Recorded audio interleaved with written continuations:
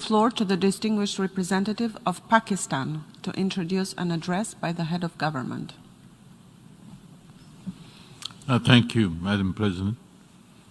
Madam President, I have the honor and privilege to introduce the pre-recorded address of His Excellency Mr. Imran Khan, Prime Minister of the Islamic Republic of Pakistan, to the 75th session of the General Assembly.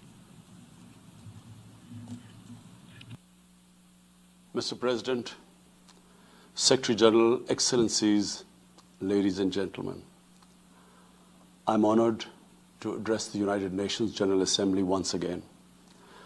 I congratulate His Excellency Mr. Volkan Bozkır on his election as the President of the 75th session of the General Assembly.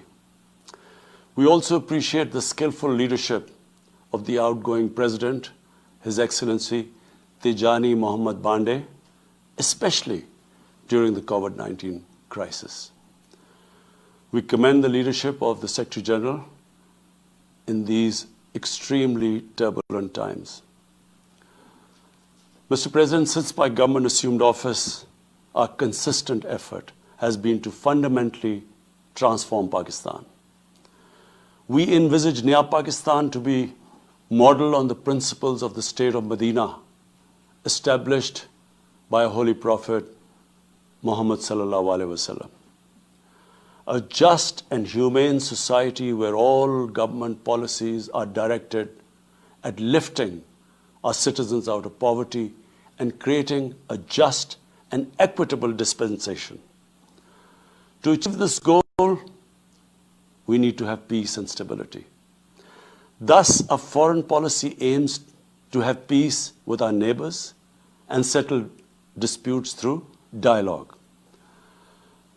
Mr. President, the 75th anniversary of the United Nations is an extremely important milestone, as this is the only body in the world that can help us achieve our goals of peace and stability in our neighborhood. This is also time for us to reflect whether, as the United Nations, we have been able to realize the promise we collectively made to our peoples. Today, the foundations of the world order, non-use of or threat of unilateral force, self-determination of peoples, the sovereign equality and territorial integrity of states, non-interference in their internal affairs, international cooperation, all these ideals are being systematically eroded. International agreements are being flouted and set aside. Renewed great power rivalries are leading to a new arms race. Conflicts are proliferating and intensifying. Military occupation, illegal annexations are suppressing the rights of human beings to self-determination. According to the respected professor Noam Chomsky, mankind is at even a greater risk than it was before the First and Second World Wars in the last century. And this is because of the threat, increased threat of nuclear war, climate change, and sadly the rise of authoritarian regimes. We must come together to prevent such a catastrophe. We believe that the driving force in international relations must be cooperation in accordance with the principles of international law and not confrontation and force. We all must emphatically reaffirm our support for multilateralism. Mr. President, the COVID-19 pandemic has illustrated the oneness of humanity. In our interconnected world, no one is safe unless everyone is safe. Locking down to control the pandemic has triggered the worst recession since the Great Recession in the last century.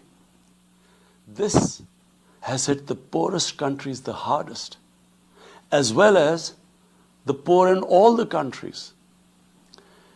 In Pakistan, we realized very early on that if we imposed a strict lockdown, the type that several affluent countries had imposed, we would have more people dying of hunger than the virus. Therefore, we adopted a policy of smart lockdown. While concentrating on the hotspots, the virus hotspots, we opened up our agriculture sector immediately and then followed it up by the construction sector, which employed most of the people.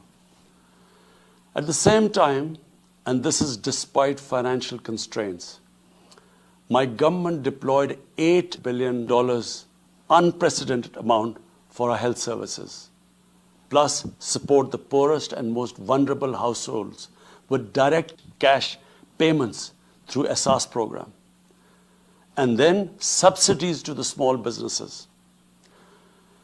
Even though our smart lockdown was heavily criticized in the beginning, but thanks to the Almighty Allah's grace, we have not only managed to control the virus, stabilize our economy, but most importantly, we have been able to protect the poorest segment of the society from the worst fallout of the lockdown. Today, Pakistan's response is cited among the success stories in controlling and responding to the pandemic. However, we are still not out of the woods, like no country is out of the woods today.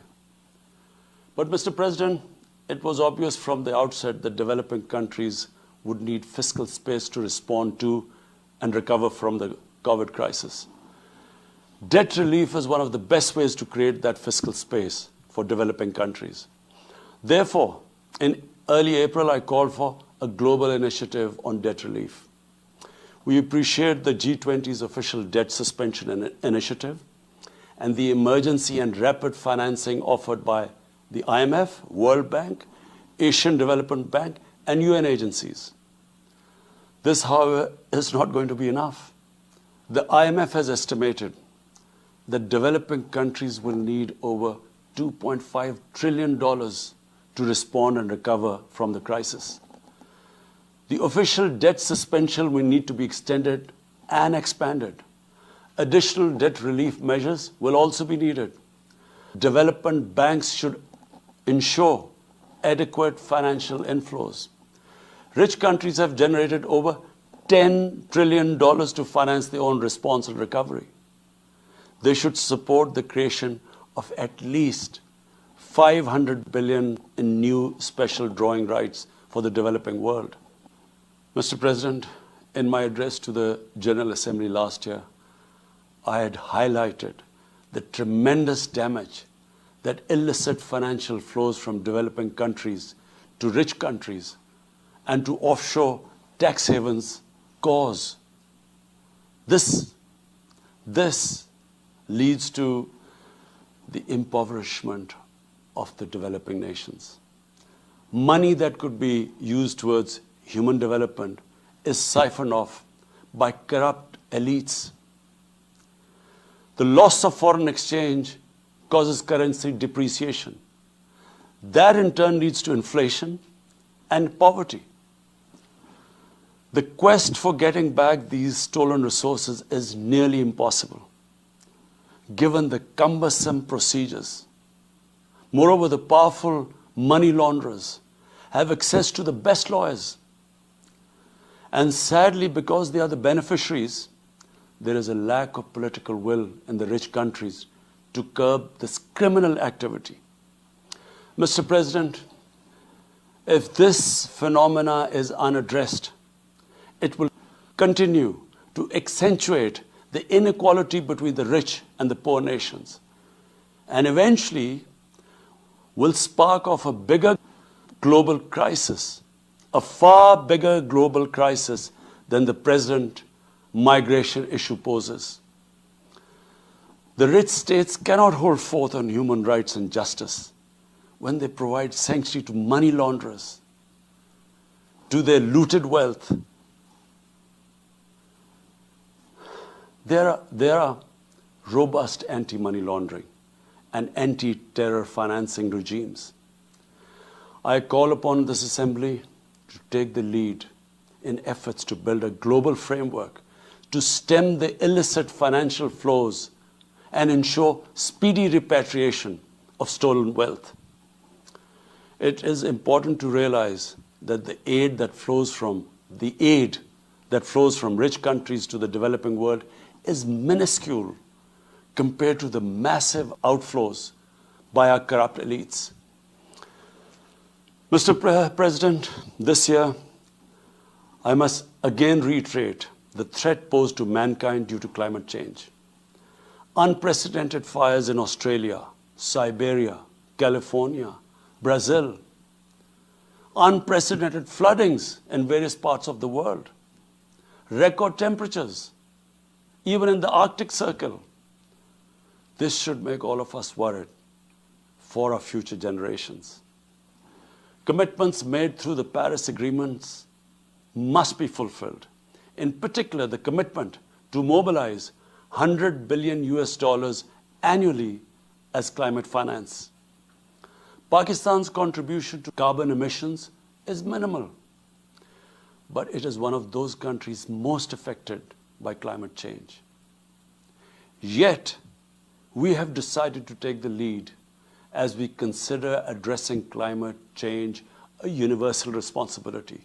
We have launched an extremely ambitious program to plant 10 billion trees in the next 3 years as a contribution to mitigating the effects of climate change.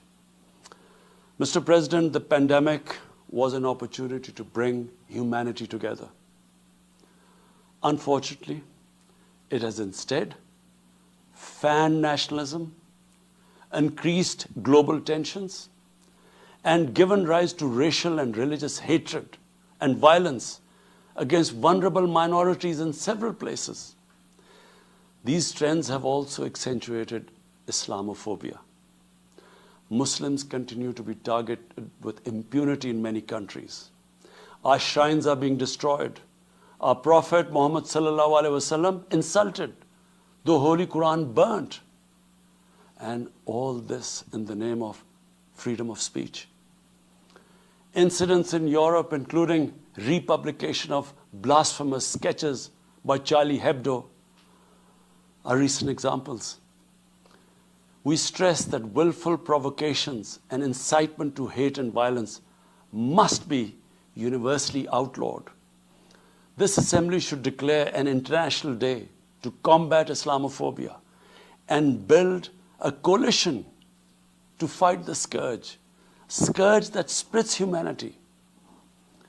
Mr. President, the one country in the world today where I'm sad to say the state sponsors Islamophobia, and that is India. The reason behind this is the RSS ideology that unfortunately rules India today. This extremist ideology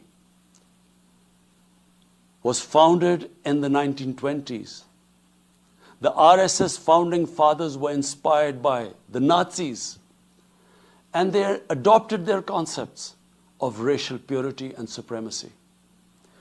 While the Nazis' hate was directed at the Jews, the RSS directs it towards the Muslims and to a lesser extent, the Christians. They believe that India is exclusively for Hindus and others are not equal citizens. The secularism of Gandhi and Nehru has been replaced by the dream of creating a Hindu Rashtra by subjugating, even cleansing, India's 200 million Muslims and other minorities. In 1992, the RS destroyed the Babri Masjid. In 2002, some 2,000 Muslims were slaughtered in Gujarat, and this was under the watch of Chief Minister Modi. In 2007, over 50 Muslims were burnt alive by RSS arsonists aboard the Samjhota Express train. In Assam, around 2 million Muslims face the prospects of being arbitrarily stripped of their nationality through the adoption of discriminatory laws. There are reports of large concentration camps being filled by Muslim Indian citizens. Muslims were falsely blamed, vilified, and victimized for spreading the coronavirus. They were denied medical attention on many occasions. Their businesses were boycotted. Cow vigilantes attack and kill Muslims with impunity. Last February, Muslims faced targeted killings with police complicity in New Delhi. Mass registrations in the past have often been a precursor to genocide. For example, the Nuremberg laws in Germany in 1935, and then in 1982 in Myanmar. The Hindutva ideology is set to marginalize almost 300 million human beings, Muslims, Christians, and Sikhs. This is unprecedented in history, and this does not augur well for the future of India. As we all know, that marginalization of human beings leads to their radicalization. Mr. President, for over 72 years, India has illegally occupied Jammu and Kashmir against the wishes of the Kashmiri people and in blatant violation of the resolutions of the Security Council and indeed its own commitments to the people of Kashmir. On 5th August last year, India illegally and unilaterally sought to change the status of the occupied territories and deployed additional troops, bringing the total number to 900,000, to impose a military siege on 8 million Kashmiris. All Kashmiri political leaders were incarcerated. About 13,000 Kashmiri youth were abducted and thousands tortured. A complete curfew was imposed, accompanied by a total communications blackout. Indian occupation forces have used brute force, including pellet guns against peaceful protesters, imposed collective punishments, including the destruction of entire neighborhoods, and extrajudicially murdered hundreds of innocent young Kashmiris in fake encounters, refusing even to hand over their bodies for burial. The Kashmiri media and those daring to raise their voice are being systematically harassed and intimidated through the use of draconian laws. All of this is well documented in the reports of the United Nations High Commissioner for Human Rights, communications from the Special Rapporteurs of Human Rights Council, statements from human rights and civil society organizations. The international community must investigate these grave violations and prosecute the Indian civil and military personnel involved in state terrorism and serious crimes against humanity being perpetrated, I'm sad to say, with complete impunity. The objective of this brutal campaign is to impose what the RSS-BJP regime has itself called the final solution for Jammu and Kashmir. To this end, the military siege is being followed by moves to change the demographic structure of the occupied territory. This is an attempt to obliterate the distinct Kashmiri identity in order to effect the outcome of a plebiscite envisaged in the UN Security Council resolutions. This action is in violation of the UN Charter, Council resolutions, and international law, particularly the 4th Geneva Convention. Changing demographic structure of occupied territory is a war crime. Mr. President, the brave Kashmiri people will never submit to Indian occupation and oppression. Their struggle is indigenous. They are fighting for a just cause, and generation after generation have laid down their lives to rid themselves of Indian occupation. The government and people of Pakistan are committed to standing by and supporting the Kashmiri brothers and sisters in the legitimate struggle for self-determination. Mr. President, in order to divert attention from its illegal actions and atrocities in Indian-occupied Jammu and Kashmir, India is playing a dangerous game of upping the military ante against Pakistan in a nuclearized environment.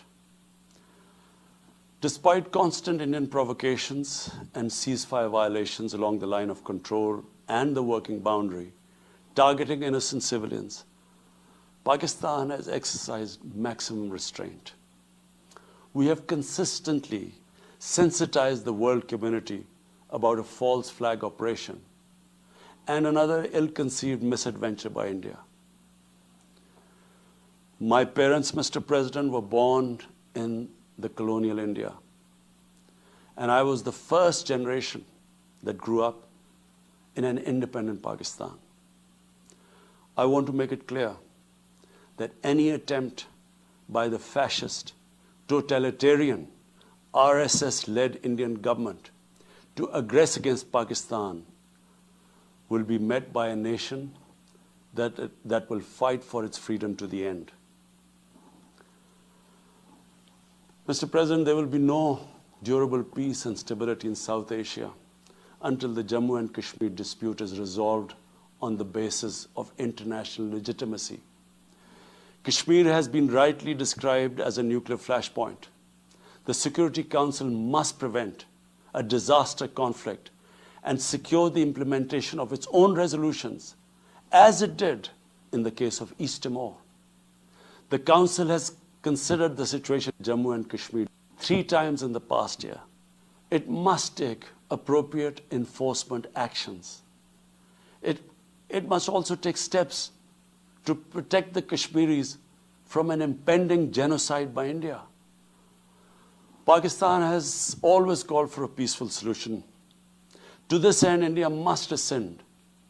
To reach this end, India must ascend the measures it has instituted since 5th August 2019, end its military siege and other gross human rights violation, and agree to resolve the Jammu and Kashmir dispute in accordance with the relevant UN Security Council resolutions, and of course, the wishes of the people of Kashmir. Mr. President, Pakistan's desire for peace in our region is also manifest in our efforts to promote a political solution in Afghanistan. I have consistently maintained over the past 2 decades that there is no military solution to the conflict in Afghanistan. The only way forward was and is a political settlement, which involves the full spectrum of Afghanistan's political actors. Pakistan fully facilitated the process that culminated in the US-Taliban peace agreement on 29 February 2020. Pakistan is deeply gratified that it has fulfilled its part of the responsibility. The Afghan leaders must now seize this historic opportunity to achieve reconciliation and restore peace in the war-torn country. Through the intra-Afghan negotiations that commenced on 12th of September, they must work out an inclusive, broad-based, and comprehensive political settlement. The process must be Afghan-led and Afghan-owned, and without any interference or outside influence. Early return of Afghan refugees must be part of this political solution. After almost 2 decades of war, it is imperative not to allow spoilers within and outside Afghanistan to subvert the peace process. Peace and stability in Afghanistan will open new opportunities for development and regional connectivity. Mr. President, Palestine remains a festering wound. A just and lasting settlement is indispensable for the Middle East and actually the world. Illegal annexations of Palestinian territory, the building of illegal settlements, and the imposition of inhuman living conditions on the Palestinian people, especially in Gaza, cannot bring peace to a troubled region. Pakistan continues to support a 2-state solution in line with the UN General Assembly and Security Council resolutions within the international agreed parameters, and they are pre-1967 borders, and Al-Quds, Al-Sharif as the capital of a united contiguous and independent Palestinian state. Mr. President, the United Nations remains the best legitimate avenue for collective action in managing international conflicts, fostering peace and security, promoting equitable development, and addressing global problems. I urge the Secretary General to take the lead in preventing global conflicts. He should convene summit-level meetings to address regional hotspots and resolve outstanding disputes. The United Nations should be made fully responsive to the challenges of our times. A comprehensive reform of the United Nations, including the Security Council, is essential to promote greater democracy, accountability, transparency, and efficiency. Pakistan will continue to participate actively in this process and endeavor with other member states to build a world where conflict is outlawed and equitable prosperity for all pursued in conditions of peace and security. I thank you.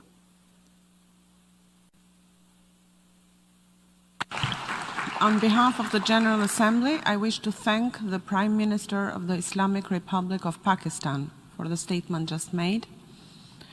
I now give the floor to the distinguished representative of